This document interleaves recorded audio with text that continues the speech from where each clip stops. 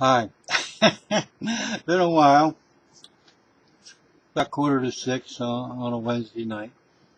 But let's talk for a second about this agreement with Iran for them not to produce atomic weapons. For one thing, everybody fails to realize that Iran is an independent state. It has the right to protect itself against foreign intervention. It has not physically itself attacked anyone since its war with Iraq, in which we gave Iraq chemical weapons to dump on the Iranians. Besides giving Saddam all kinds of intelligence information to tell him where they were getting together to attack. We keep forgetting that they say, we're going to give them the tens of billions of dollars.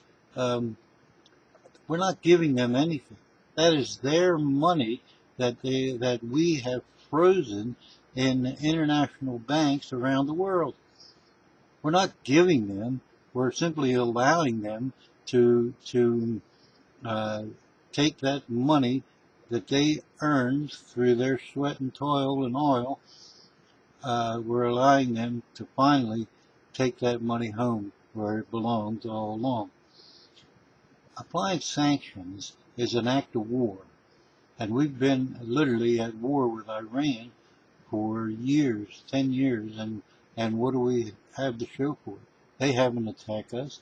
We haven't shown one terrorist attack that we felt was instituted from the country of Iran. But yet Iran has had its citizens killed overseas. It's had its scientists killed in its own state by the Israelis and the Mossad. They go around, kill whoever they damn well please. And they say, oh, that's a defensive act. Well, in the same sense, any act against the state of Israel by Iran would have to be considered defensive, because Iran hasn't threatened Israel. I don't care what they think about whether or not they want Israel to exist or not, but they haven't threatened Israel. They say, oh, well, Hezbollah, they provide them with money, and Hezbollah makes small rockets and throws them at Israel at times. And Hezbollah and Gaza have paid dearly for that. But they can show no actual connection between those rockets and Iran. Iran might help supply them with money, but see how many countries we supply with money to fight the Russians. We're supplying Ukraine with weapons and with intelligence information and all to fight the Russians. We're supplying everybody in the world. We can't even decide who to pick and who not to pick in the Syrian conflagration, because we just want to get rid of the Syrian government, but yet we have no idea who's going to replace it. Yeah, we send hundreds and hundreds of advisors and train people to train troops over there of rebel groups, and we don't know. These rebel groups haven't been vetted that much. And they say, oh, well, they are paying Hezbollah, or they're providing some money, and if we give them their own money back, they'll take some of that money and help buy arms and distribute them to fight Sunnis. But who's the biggest seller of arms in the fucking world? We are. No one sells nearly as many weapons of death and destruction to the rest of the world, or supplies them, or gives them, or goes under the title of international aid.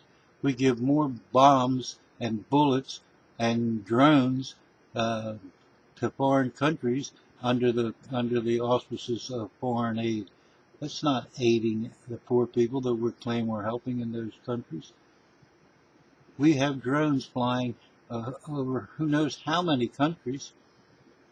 and yet the Iranians are the ones that are supposedly our citizens, government in the Congress, in the House, and in the Senate are complaining are a major threat in the world. There is no major threat. The threat is that the Israelis, who do whatever they damn well please, whether we like it or not, and more often we do their bidding for them, they want a conflagration with Iran. Well, the Israelis have perhaps hundreds of nuclear weapons. We surely know they got over 50. And why would, if Iran had one, that would sort of balance things out if you compare the size of Iran to the size of Israel. But the Iranians are smart people. They're not about to be annihilated. They're not about to drop a bomb. And every bomb that's dropped, just because it has a unique signature of the uranium or the plutonium used in it, could be determined who dropped it and who made it more specifically. It is ludicrous of us to think that we have a right to keep this country under sanctions. It's ludicrous for us to think that we have a right to keep them and anybody else from developing their own defensive systems.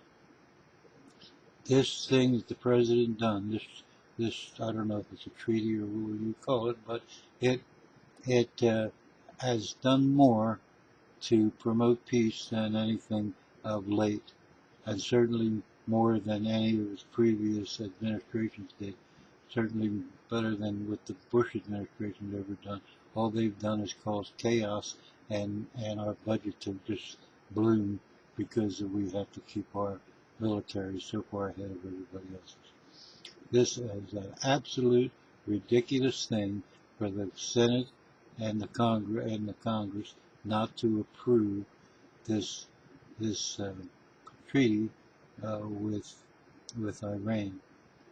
Now, you take an independent country and you put it under sanctions as an act of war, but they haven't gone to war with us. We went to war with them.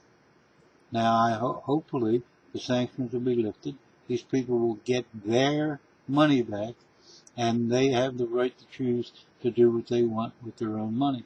And what it'll also do, and this is what Saudi Arabia and the rest of OPEC's worried about, is it will open up a new spigot to oil, and we might see $35 oil because of the addition.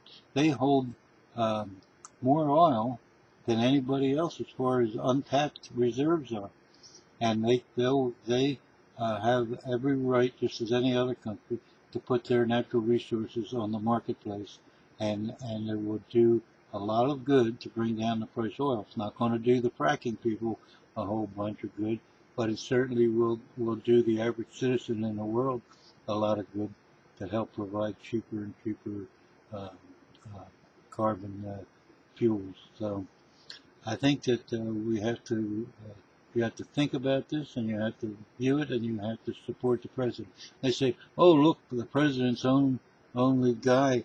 Now I can't think of his name. The damn senator that supported the Jewish guy. That's terrible of me. I should have written it down. But he's supporting the Israeli government, of course, and he also in the election he supported McCain. So how Lieberman, how the hell he can go around call himself a Democrat is beyond me. And how come the Democratic Party didn't throw him the fuck out a long time ago? It's also beyond me. But what do you expect from a guy that's probably been granted honorary citizenship of Israel? So let's not get all excited about the fact that there's a Democratic senator that supports Netanyahu. So please leave a comment. I know I'll get a lot of them on this one, hopefully, but think about what you write before you write. That's all I ask.